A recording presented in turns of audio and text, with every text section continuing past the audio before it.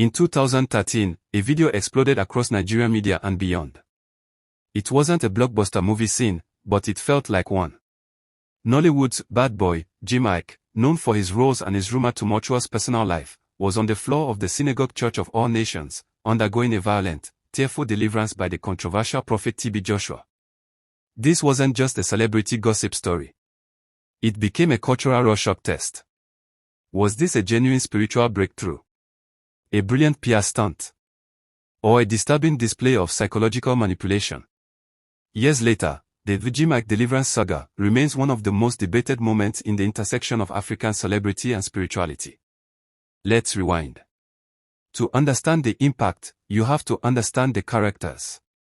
Jim Iyke, at the peak of his fame, but also shrouded in rumors, stories of a cursed life, financial mysteries, and a string of failed relationships. He publicly spoke about a spiritual burden, a recurring cycle of misfortune.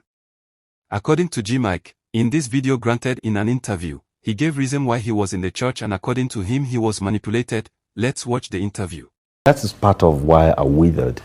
I didn't only, when Orthodox medicine failed us, I mean from Luton, I took my whole family to India to be with my mom, and then she started getting better. This is the light of your life, mom, for crying out loud. Just describe I'm not going to wager it for theatrics, for melodrama. And at some point, an offer was made from there to take him there by a senator friend of mine. He said, so I refused. Right. So, my sisters, when you're in a family, so they had a meeting, plus my dad said, if anything happens to my wife, is on your head. The pressure was too much. I said, okay, I want to go. If they will save her, I will go. So they told us, put her in a hospital. I'm telling you this thing, how it works. If they want to refute it, let them come back. We put her in a hospital, closed them. And I went there. There was a presidential suit I was accorded. When I went there, I'm like, okay, let's get started with this. And they said I must come down to the service. I said, I don't have to come down to the service. You people promised to me, like, does God need me to, yes, I'm skeptical. Yes, I've shown people a great degree of cynicism, but do it and they made me a believer. Yeah. I will live in this church for 2 years if you heal my mom. On the other side, Prophet TB Joshua, arguably Africa's most famous and divisive pastor. To millions, he was the prophet, a man of God with undeniable miracles. To critics, he was a master showman, using psychological tactics and stage demonstrations of deliverance. The encounter itself was cinematic.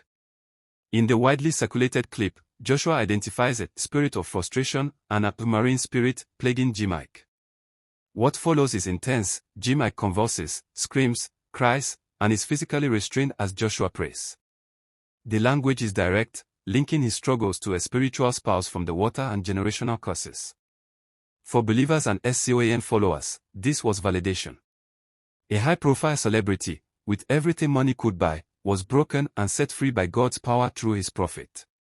It was proof that fame and fortune couldn't solve spiritual problems.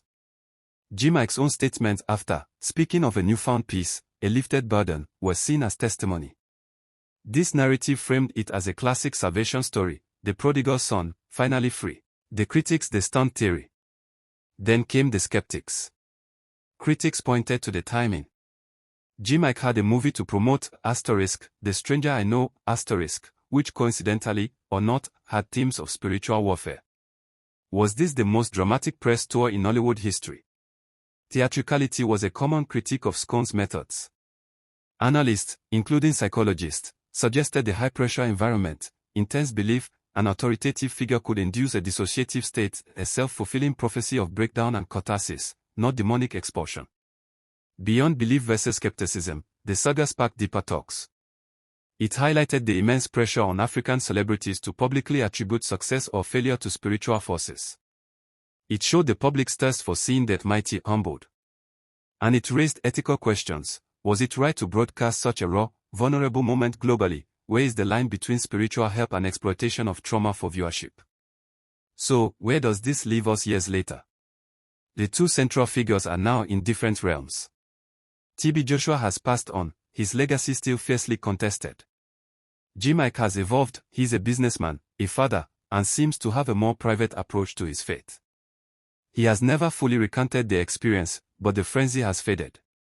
Perhaps the true meaning of the saga isn't in determining what actually happened in that moment, because that will always depend on your worldview. Its significance is in what it revealed. It revealed the power of narrative. We saw a real-life man's struggles folded into a pre-existing script, the deliverance script, that millions were ready to believe. It revealed the complex marketplace of fame, faith, and healing in modern Africa. And ultimately, it's a case study in how we, the audience, consume trauma. We debated, shared, mocked, and praised, often forgetting there was a human being at the center of that storm. What do you think? Was the Jim Iyke deliverance a genuine miracle, a staged event, or something more psychologically complex? Drop your thoughts in the comments below. And if you found this dive into one of pop culture's most intriguing spiritual moments interesting, hit like, subscribe, and let us know which other saga we should break down next. That the only condition for him to pray for my mom is that I come to church, and I blatantly refused. I was upstairs in the executive room for a long time, and they kept saying that was the only condition. And my sisters and I, 3 of my sisters went there with my PA and my mopo, yeah? They were all there, and we had a meeting. They said, listen, go to church. There's no big deal. Let me just pray for my mom. I would go to that church 10 times, go under that embarrassment 100 times. I went there. I remember the guy crossed me, and I was laughing. My sister was pinching me like, why are you laughing? This isn't serious. I said, this is a charity, man. Everybody just acting up. This is a big movie to me. Let me just call this man to touch mom. See, let's go. You understand? And next thing, he came in front of me and touched me.